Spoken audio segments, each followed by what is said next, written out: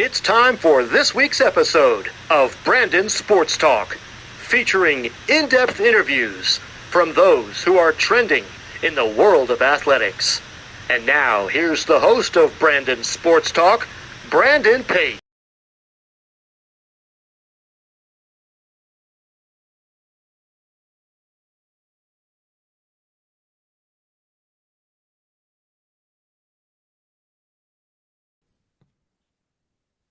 Welcome back to Brandon Sports Talk. In today's episode, I have the privilege of interviewing the Toronto Metro's Bold head men's volleyball coach, Coach Niko Rukavina. How are you doing today?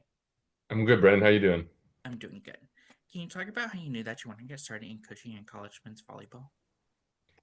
Yeah, for sure. I think when I was playing, I played college men's volleyball myself, and I think when I was playing, I never really thought I would get into coaching this way, and I wanted to continue my career as far as I could as a player. And then when I retired from my playing career, I really missed the environment and I missed being in the team atmosphere, especially the collegiate team atmosphere. So I kind of realized that I wanted to get back into coaching and give back to kind of the community that helped me get to the career that I had. What was that experience like going to college and going to Queen's University? I'll be honest, it was an amazing experience. I think one of the better decisions I made in my life is to choose to go to Queens in Kingston, Ontario. I met some of the best friends I had. All the groomsmen at my wedding were my teammates at Queens, and I got to win a couple OUA championships and get to play varsity sports. So I think a combination of the academics, the varsity athletics, and then just the city of Kingston and the university itself, it was an amazing experience. For you, what was that experience like putting on that uniform and representing the volleyball team? It meant a lot, especially coming in as an 18-year-old first year freshman.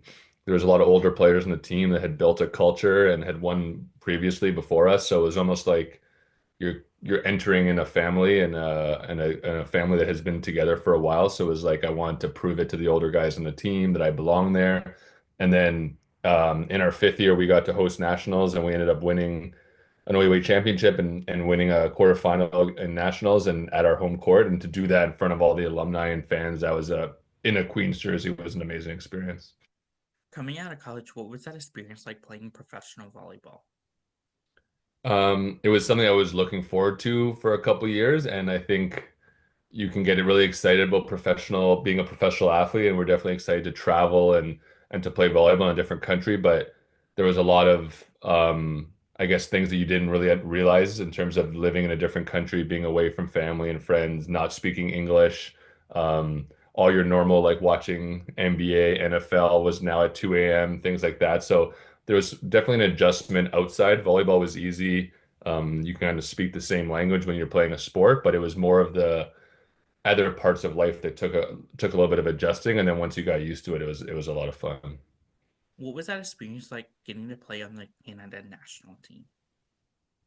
I think anytime you get to wear your national team jersey is an amazing experience. I think everybody like I grew up playing hockey and watching the Olympics and seeing hockey players wear the Team Canada jersey in the Olympics, and you kind of see yourself doing it in a different sport when you're younger. And then when I got to start playing volleyball, never really thought it was an opportunity for me. And as my career got kept getting better, I had that opportunity, and it was a once in a lifetime opportunity. And unfortunately, I wasn't able to ever play for Team Canada during the Olympics, but I think in the future that could possibly be a goal as a coach for sure. For you, what was that transition like going from being a player professionally to getting into coaching and coaching at your alma mater? It was challenging, I would say. I think playing you're an athlete your whole life, so you get used to how it works, training and playing and preparing for games, and then to not be able to physically do that and have to like more verbally coach and communicate to younger players.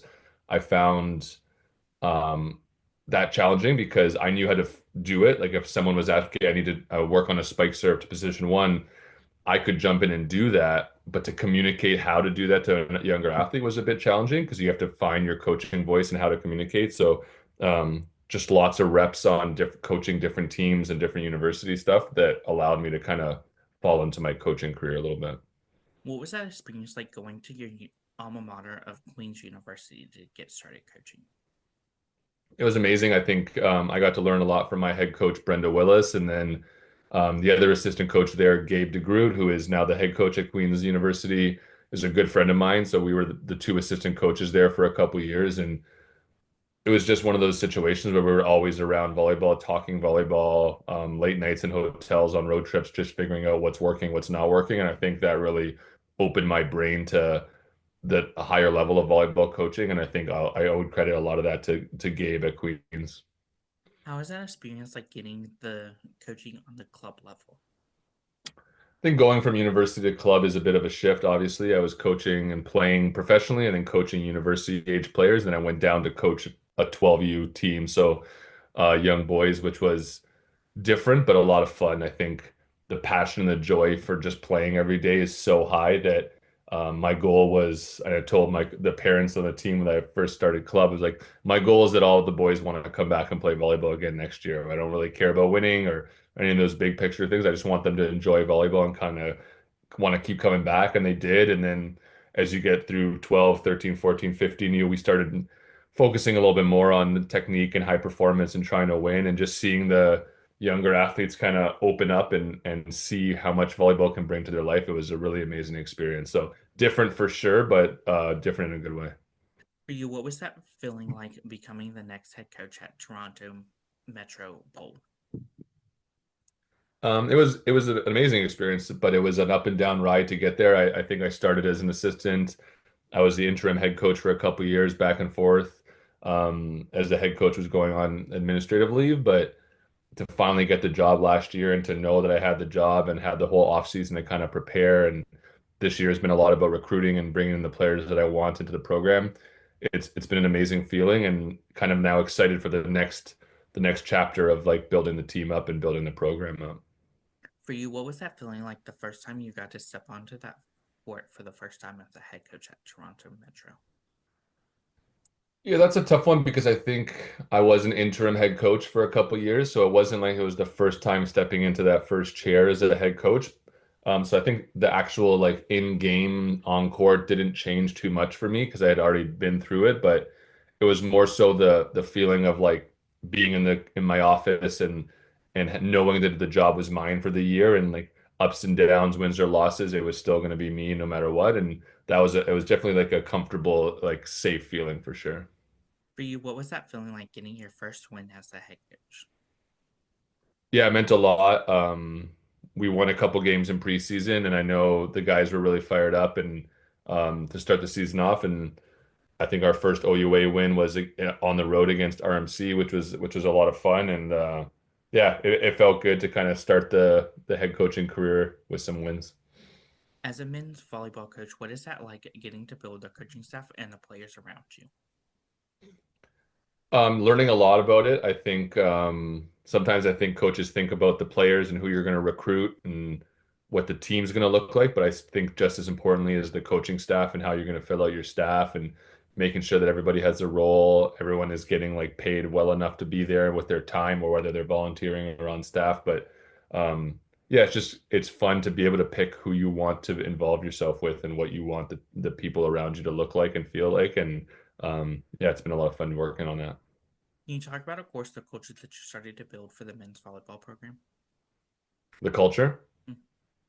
Yeah, I think one of the quotes that I really like from a coaching book is culture is built brick by brick and it doesn't get built all in one day. And I think that's been my mentality is every year, can we add a little bit to our culture? And sometimes I think as a young coach, you want to come in and change everything and start new. And I think that's not always fair to some of the returning players and some of the older players where we want to change things and we want to add, but it does have to come brick by brick. And I think it changes year by year. So the last couple of years, we were really focused on our weight room culture and our strength and conditioning and our taking care of our bodies and our health. This off season, we're really going to focus on how we train and the intensity in our training environment on the court. So yeah, every year is a little bit different, but we're just trying to add a brick as many times as we can. Who are some of the teams in your conference that you compete against?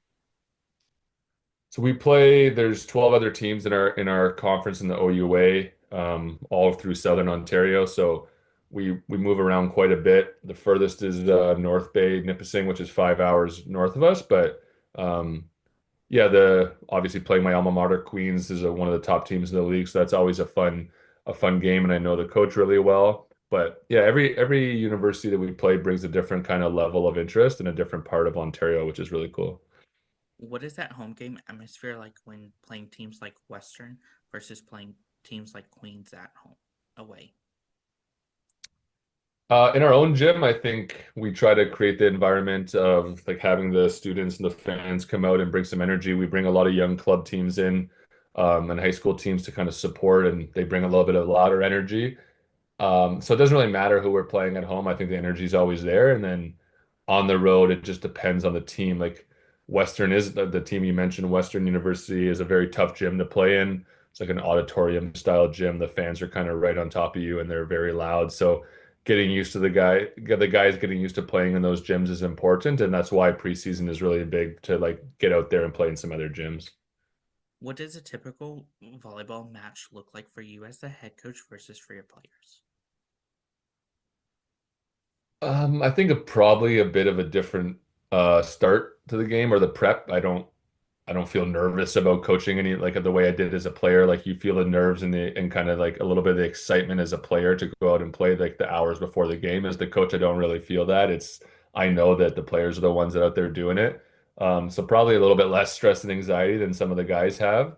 And then once the game starts just trying to support them in any ways I can, providing a different perspective on the sidelines, kind of seeing what the other team's doing, using my coaching staff to help them as much as I can, and then letting honestly just letting the players play and let them play the way they want to play and to play free is my focus. So if any little things I can do to help them along the way, that's what I focus on.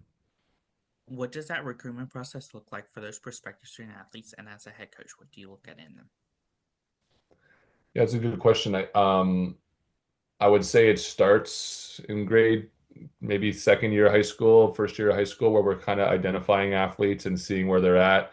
By grade 11, we're trying to get some recruiting trips for some of the top players. Are you going to come see our campus, come to one of our practices, meet the coaching staff, things like that. We run a high performance camp every year in August, so potential recruits can come to the high performance camp and learn how I coach and kind of see what the facilities are like. And then by grade 12, they're starting to make those decisions. We want to provide offers. And I'm pretty transparent with my offers about where you fit in the team, how much scholarship money you're going to get, things like that. And then at the end of the day, it's up to the athlete to make that decision. I try to provide as much information to them as I can so they can make an informed decision because I know how big of a deal it is. So yeah, it's starting earlier and earlier. And I think I had a call with a younger player, a grade 9 player the other day, who has a lot of potential, just trying to like talk to him about what high performance volleyball is like. So yeah, a lot of communication and trying to build the relationship as much as you can. As a head coach, what is it like seeing those freshmen putting on that Toronto Metropolitan jersey for the first time versus your seniors putting it on for the last time? Yeah, we just had a 7 players graduate in our senior night, so seeing them wear it for the last time, it was definitely emotional and puts things in perspective when you have a team that has young players that are wearing jersey for the first time and some players are wearing it for the last time, and the goal is for them to teach each other. The graduating players can inform the first years like don't take it for granted. It's going to go by really fast and enjoy every minute you can. And the first years are just excited to wear a jersey for the first time and kind of represent TMU. So just trying to learn from each other and taking the lessons from the graduating players and kind of providing that to the first years so they can get a better experience is what we focus on. What is that like getting to see them achieve those first big milestones in their volleyball career? Yeah, it's huge. It's one of the main reasons I love my job and I love coaching is to kind of see that development and that growth. And I get so many emails from high school and club players that they want to play varsity and they want to get to the next level. And for the select few that get to have that opportunity, that just the gratitude that they get to do that, and then seeing the joy on their faces to kind of realize they've reached their goals of being a varsity athlete, and then to provide the next layer of, okay, what's the next goal? You're a varsity athlete now. Like now we have to add and we have to get stronger and we have to get better at our game and master our craft a little bit. How's that like getting to see those players going on and playing professional volleyball like you have? It's a big part of our program. It was one of my best experiences of my life, being able to play a professional sport and the sport that I love and travel the world. So I push it as an opportunity on all my players, and not everybody's ready for it. I think some players want to come to university and get a degree and be a varsity athlete and start their career, and that's completely fine. But the athletes that have the opportunity or they have the desire to play professionally overseas, I would definitely recommend it because just an amazing life experience. So we're going through it right now with a couple guys that graduated from the university. They're looking to play pro, and we're talking to agents and getting their video ready and figuring out what country they want to live in. So it's a lot of fun. It kind of brings me back to when I was that age and thinking about where I was going to live next year. So yeah, really excited for them and excited to see where their careers go. What have been some of the things you've been able to accomplish so far, and what are some of your future plans and goals for the program?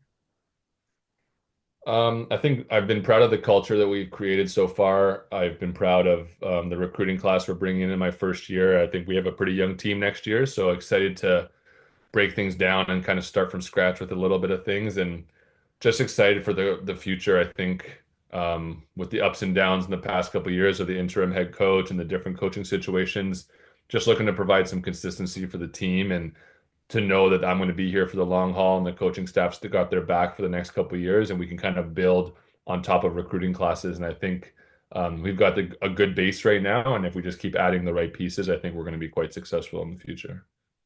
What advice would you give those incoming freshmen entering their first year? My advice would be to take it slow. I think first semester of first year is a lot of getting used to university, the academics, living away from home, cafeteria, social life, varsity volleyball every day, working out every day. So taking it slow, not expecting too much too soon, and then acting like sponges and just trying to soak everything in, learning from the vets, learning from different coaches. Um, don't expect a lot from first years right away in terms of playing time and contribution. I'm expecting more learning and growth and understanding. And I think the players that have that open-mindedness and that growth mindset actually flourish the most. What advice would you give those seniors that have aspirations of playing professionally? My first advice is kind of goes to like what I talked about with my professional career was that you have to understand it might not be all glitz and glamour like you think professional sports would be. Like it's not like an NBA player in the States. Sometimes your facilities aren't as good as you think. Sometimes the money isn't as good as you think. But if you love the sport that you're pursuing, then it doesn't really matter how you're doing it. And then knowing that if you keep getting better and improving and enjoying that lifestyle, the facilities and all that stuff, the money will get better. My first year in pro, I wasn't getting paid a lot. I was doing it for the love of the game. And my second year, I got paid a little bit more and everything was a little bit more high end. So just having some patience with that and trying to limit your expectations of what is coming. What advice would you give those coaches looking to get started in coaching on the college men's volleyball level? And Yeah, I think my advice is to coach as much as you can. I think sometimes we think we have to coach at the collegiate level right away because that's the highest level in our country to coach at. But um, I got a lot of reps and experience coaching the young kids, coaching with Team Ontario as a provincial team here in Canada, and I would say just trying to get as many reps in the gym as much as you can, talking to different types of athletes, working with other coaches, learning as much as you can. And then when you get an opportunity at a collegiate level to kind of go all in and put all your effort into it so that those opportunities don't come around very often. So trying to really focus in on that and be as prepared as you can by getting as many reps in the gym as possible. what advice would you give those college men's volleyball head coaches looking to build their own program and build their own legacy?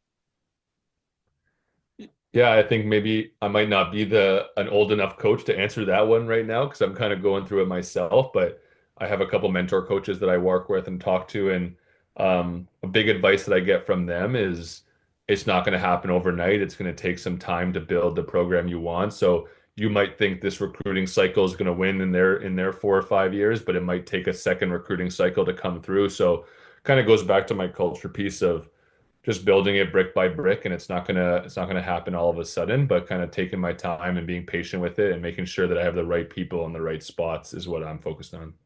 That's great advice. Where can my listeners find you at on social media along with the program at?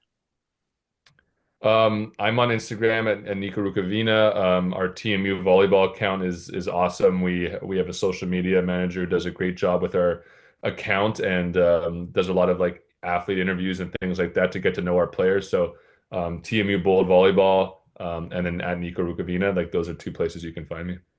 Thank you again, Coach Niko Rukavina, for your interview and best luck in your future at Toronto Metropolitan Bold as the head men's volleyball coach. Thanks, Brandon. You can find Brandon Sports Talk on Instagram at Brandon Sports Talk, Twitter at Talker_Brandon, and you can find me on YouTube at Brandon Sports Talk. Don't forget to like, comment, and subscribe. Thank you again, Coach Niko, for your interview, and best luck in your future. Take care, Brandon. You've been watching Brandon Sports Talk. Please feel free to like, share, and subscribe to Brandon Sports Talk on social media and on YouTube.